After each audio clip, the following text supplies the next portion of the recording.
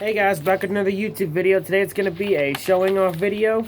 Now I'm going to show off all the knives I've kept from my friend JR's bundle that he sent me in the previous video. And I'm going to show off two new arrivals. One is from my dad, one is from my friend John Bulligan. So the first thing I'll do is show off the first two new ones. The first one is the one that my dad bought me. This is a Cutmaster Hawkbill.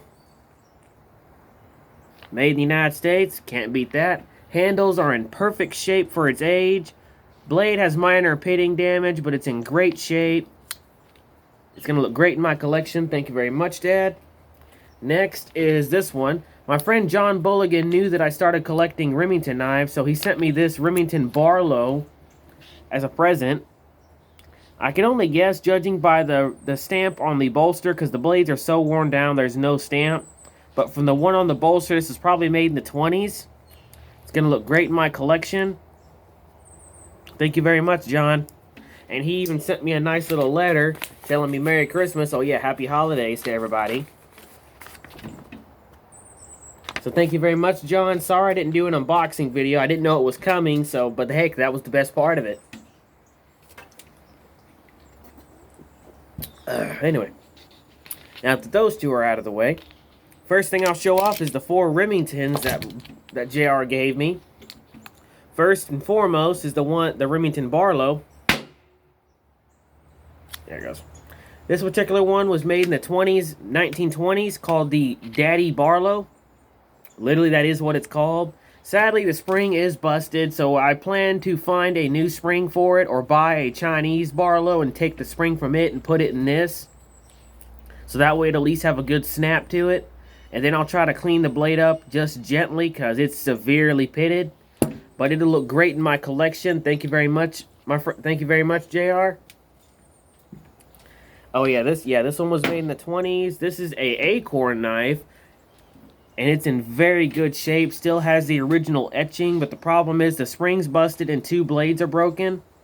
But if this was in near mint condition, this would be worth about $300. And if this one was in mint condition, it'd be worth another $300.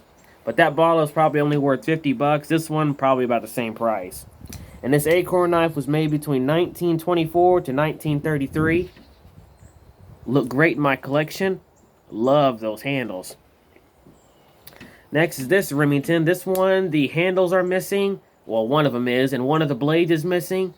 So once again, I'm going to keep this one in my collection, and I'm pretty sure I'll run across some beat-up Remington knives and salvage the blades out of them. This particular one was made in...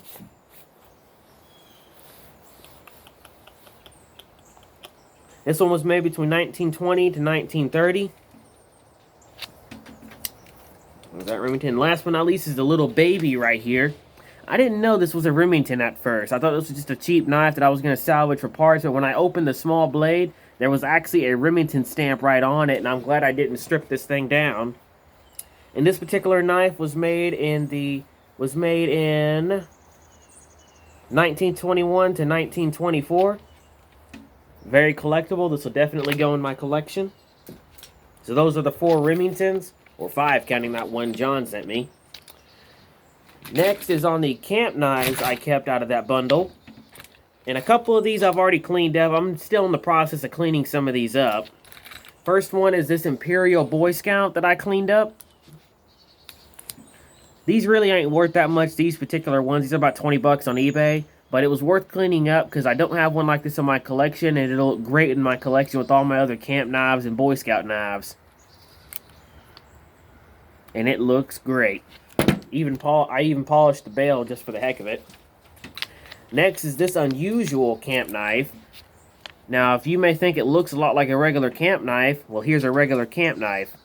This has only 3 blades. This has multiple.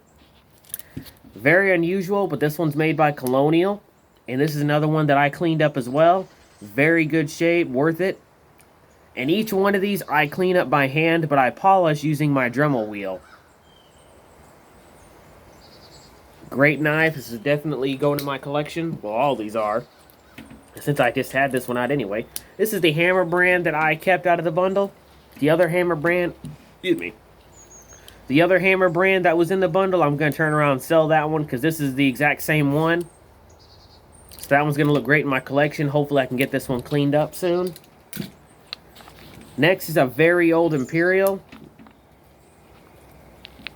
This one's definitely going to go in my collection. I forgot what date this was made, but I'm pretty sure I'll find out and probably do an update on it once it's fully cleaned up. Next, this one is another unusual one. This is a Utica Cutlery Co. Made in the United States. Aluminum handles, which I always love stuff like that. With brass liners. Not that common. It even has the original bail still on it. This one I cleaned up as well. Wasn't easy, but it was worth it. And then here's its little brother, the 2-blade Utica Cutlery, which I haven't had the time to clean up yet. I love these aluminum handled ones. I almost thought this was a military knife, but if it was, it would have been stamped United States on it. Alright. So got those done. Show that last.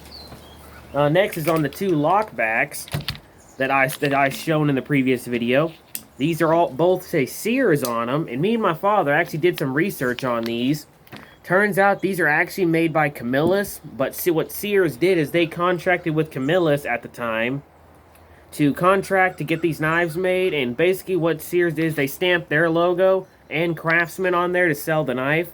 Very heavy, almost just as heavy as my 110. Who knows, I may even do a video of comparing the pair, see which one would hold up a lot easier, but I probably won't do that because these are very collectible. Even still has the original etching still on it. And I like that they're both different in a way. Like this one's got brownish handles, and this one's got white bone handles. Definitely unique, going in my collection, definitely. Next is on the Japanese knives I kept for myself. First is this Japanese lockback stiletto. Y'all knew I was going to keep this one because I love these lockback stilettos. I don't have much of them in my collection, and this one's going in my collection as well. This one was available back in the 20s all the way up to 60s because they issued these when the switchblades were no longer allowed to be available. So this is their way of getting around the law. But plus, if you think about it, all you had to do was open it like this and flick it like that. So another stupid law they did back in the day. Anyway, not very rare, but they're still collectible. This one's definitely going in my collection with my other stilettos. Next is this Japanese 3-bladed. Nothing too special. All it says is Explorer on it. And the reason I'm keeping this one is just a beater knife. Basically what that means is I'll clean it up and make it look a lot better, but I'll use this a lot, so that way I'll have something I'm not afraid of snapping the blade in half, because if I do snap it, I'll just salvage the springs and stuff out of it. And then this is one that a Japanese camp knife with the dragon handles. Love that. Love that design in general. All brass liners with a brass bail. And all the tools are intact, and it's Japanese. I'll take that over China. Gonna look great in my collection. Let's see. Next is the Imperials. Is that all the Imperials I'm keeping? Yes, it is. So these are the 2 Imperials I kept out of the bundle. This is another one I already cleaned up. This is one I actually cleaned up last night. This is an Imperial toothpick. Or I guess it can technically be considered a fish knife because it's got the fish scaler and bottle opener. Cleaned up really well. I cleaned the inside up, got it all nice and cleaned up, and didn't really sharpen it, but I had to re-tip it. Cleaned up really well. That one's definitely going in my collection with my other toothpicks and fish knives. And then this one, you may not think it, I don't know if y'all can see this on camera, but if you can see, it's got a serrated blade, and that's a factory serrated blade. I've never seen an Imperial with that on it. So that one I'm actually going to clean up and put in my personal collection because that's unusual and you don't see that too often. I wonder if the other blade is serrated. No, it's the regular plain blade. But it'll clean up really well. I might even paint these handles green. Good. Alright, next is on the 2 case knives that I kept. This is a case saber-tooth, I think. This is another one that he sent me. The spring's busted, but I'll still keep this one in my collection, and I will eventually replace the spring if I can find one to replace it with. So thank you very much, JR. This one was made in the 1980s. And this is a rare bird. This is a case, nice little case jackknife. Busted blade, sadly, but the handles are in perfect shape. And this one was made in 1920. No, let me rephrase that. Yeah, this one was made in 1920, judging by the stamp on the blade. So thank you very much, JR. Those are going to look great in my collection. Next is this little Damascus knife, y'all may remember. Now, in the previous video, I had generally thought that he wanted me to work on this knife, but he actually gave this to me. So thank you very much, JR. That'll look great with my other Damascus knives. Next is on the 3 Camilluses I kept. One of them is a Camillus 2-blade. Don't see this too often, and this one was made in... Where's the Airs? 2-blade Camillus. This one was made in 1960s, judging from the stamp on it. Gonna clean this one up and actually put this in my personal collection because I love Camillus, and this will look great in it. Next, this is one I actually worked on last night as well. This is a Camillus 3-blade pocket knife. Now, what I did is, one of the blades originally was busted, and I took the blade out and actually replaced it with this blade. Now you can't even tell the blades have been replaced. Or this blade has been anyway. The other 2 are still original to the knife. And then I just cleaned them all up and put them all back together. Now it looks even better. Now the stamp on this Camillus is from... This particular stamp is from the 1970s. So it's not that old, but I don't have one like this in my collection. It's going to look great in my collection. And it cleaned up really well. Last but not least is the 3 Unusuals. And first is this little guy. No name that I'm able to find out. I can suspect this is probably either Honduras or Philippines. Something like that, because this is no way this is made in the United States. Very rare, not rare because I don't know what it is, but it's going to look great in my collection with all my unusual knives. I still got cleaned it up. Next is on this rare bird. This is the hawkbill y'all seen in the previous video that had a rusted blade, and after hours of hand sanding and polishing, I got the logo very clear. It's Challenge Cutlery Co., Bridgeport, Connecticut. Real bone handles. It's in very good shape. And when I cleaned it up, it revealed the half snap it's got on it. Bridgeport, Connecticut started making knives in 1800s, all the way up to 1880. That's a pretty old knife. I don't have any knives, any pocket knives like this that are that old. So this one's going to look great in my collection. Thank you very much, JR. Not too often you see a knife that old. And then here's another unusual. This is a folding electrician's screwdriver. Lockback design. Now, most of the electrician's knives, like... Where is it at? Oh, yeah, I almost forgot this Camillus knife. I got to mention that one, too. Like this Camillus knife, where it has a liner lock right here. This one's a lockback design. You don't see that too often. Sadly, the brand on it is so pitted, you can't even tell what it is. But I'll clean it up a little bit and put it in my personal collection because I don't have one like this and it looks very unique. Last Camillus knife is this little electrician's knife. Now you would think, why am I keeping another one? Because I already have a couple. Because this particular stamp on this Camillus dates this all the way to the 1930s to 40s, which I don't have one like that in my collection. It'll clean up really well. Has real wood handles instead of the plastic ones you're normally used to. So that'll look great in my collection. Is that all of them? Yep, that's all the ones I'm keeping. So now I guess I'll show off all the ones I'm selling. And I keep these crown bags for this specific reason, so I can keep all of them separate and not get them all mixed up. Oh, I almost forgot about these. These are the unusuals, basically, or what I call them as unknowns. Basically, these are companies I've never heard of.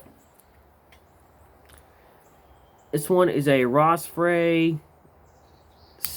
Can't really read the cursive word on it. Very unique. I haven't had time to research that. I'm going to research it when I can.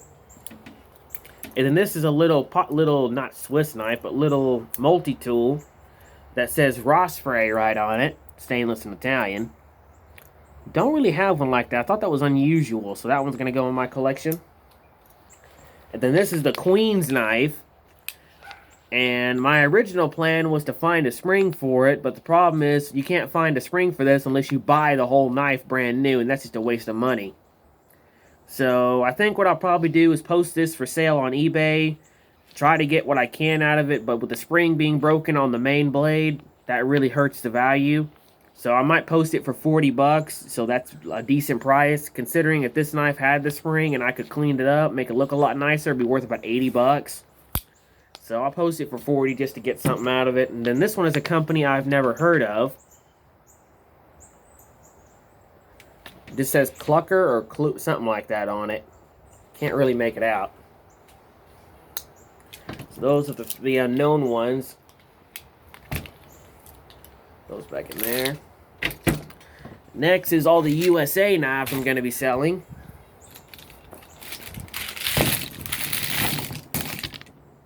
Yeah. Oh, this one I threw in there. This is the one I bought while I was in the Queen, but I threw it in there anyway because I can't fix it. That one I threw in. Yeah, I think that's all the ones I threw in. All right. First is this US Imperial. This is a really old one. That one I'm going to be putting for sale. As is. A lot of these I'm going to sell as is because not really worth cleaning them up just to turn around and sell them. This is another old Imperial. This is a K-bar. Another old little Imperial. This one I might clean up and just strip for parts, depending on what brand I find out. This one is a diamond edge, but in very rough shape.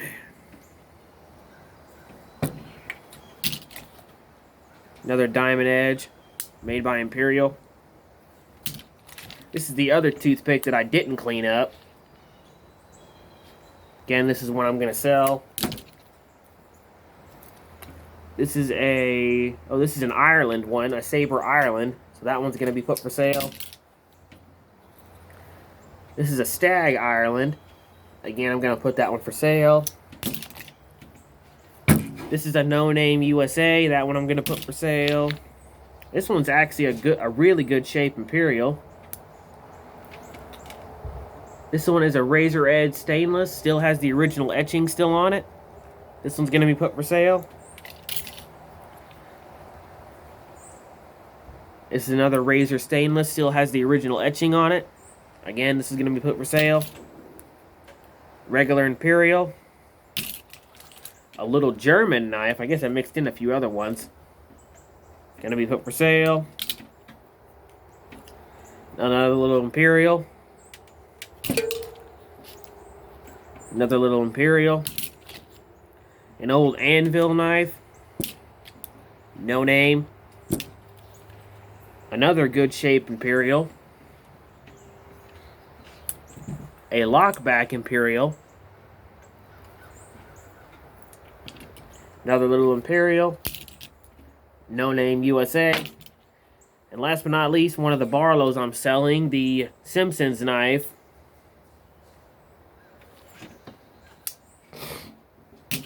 Those are all the USA mixed with a few other ones. Get these back in here. Or I might just sell the whole bag for the right price.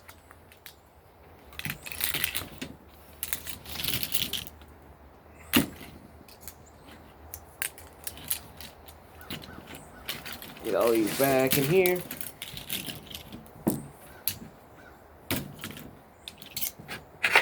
Oh yeah, Merry Christmas to everybody as well, since Christmas is technically tomorrow. Or Christmas Day, Christmas Eve, whatever.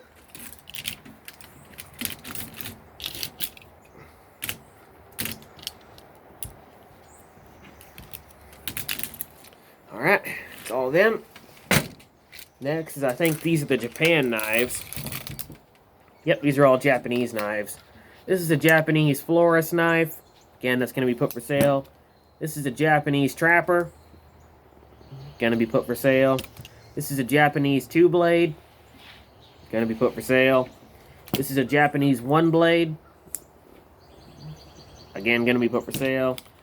This is a Japanese lockback. Again, going to be put for sale. And this is a Japanese mini two-blade. Again, going to be put for sale.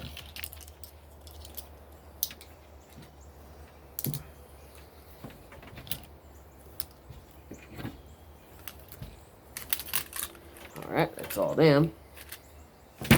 Last but not least is all the China stuff and Pakistan stuff that was in the bundle. Move this. It's gonna be put for sale. First is this 700 lockback. It's gonna be put for sale. Get all these cheap multi-tools out of here.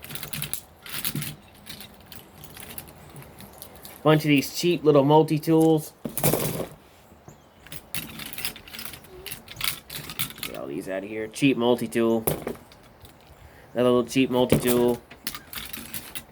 Another little cheap multi-tool. Okay, that's all the cheap ones. Now, these are ones worth mentioning. First is a little cheapo hawkbill. Little cheapo frost. Little cheapo lockback. Little cheapo multi-tool. Little cheapo China fixed blade.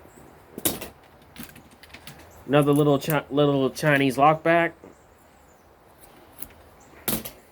Chinese knockoffs of old timers. Chinese two blade. No name, probably a Pakistan lockback.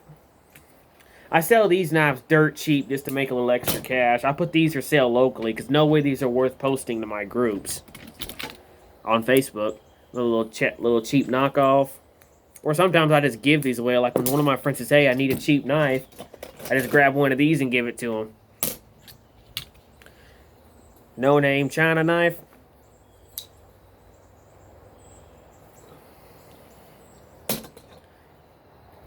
No name, all it says is handmade, but I highly doubt that. Another little China lockback. Again, all these are going to be put for sale right here. No name, probably a frost knife. For Steel Warrior or something like that. Little Chinese lockback. Cheap multi-tool. Two little cheap fixed blades. Knockoff of a Scrimshire. Or Scrimshaw, whatever. Cheap little something. Cheap little multi-tool with its pouch. These are a couple of Pakistans, which they're okay if you want something to beat the darn out of. Little Pakistan Trapper knockoff. And then a Pakistan knockoff Barlow. Little cheap lockback. Little cheap no-name pen knife, I guess.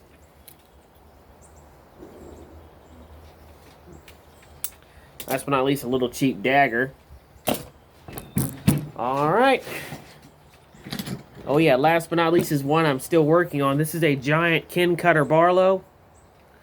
Now, brand new, these are about $100 if you can find one in mint condition. When I get done with it, it'll probably worth about 50 to 60 bucks. Put some new handles on it. I'll shape it and show it done in the next video. So I guess that's all of it. Oh yeah, not forgetting this one. This particular one, of course, y'all knew I was going to keep this one. This is my German replica of a swing guard switchblade. Definitely worth it. Has a good spring in it. Gonna look great in my collection. And I didn't like the original pouch it came with, so I put this leather one with it.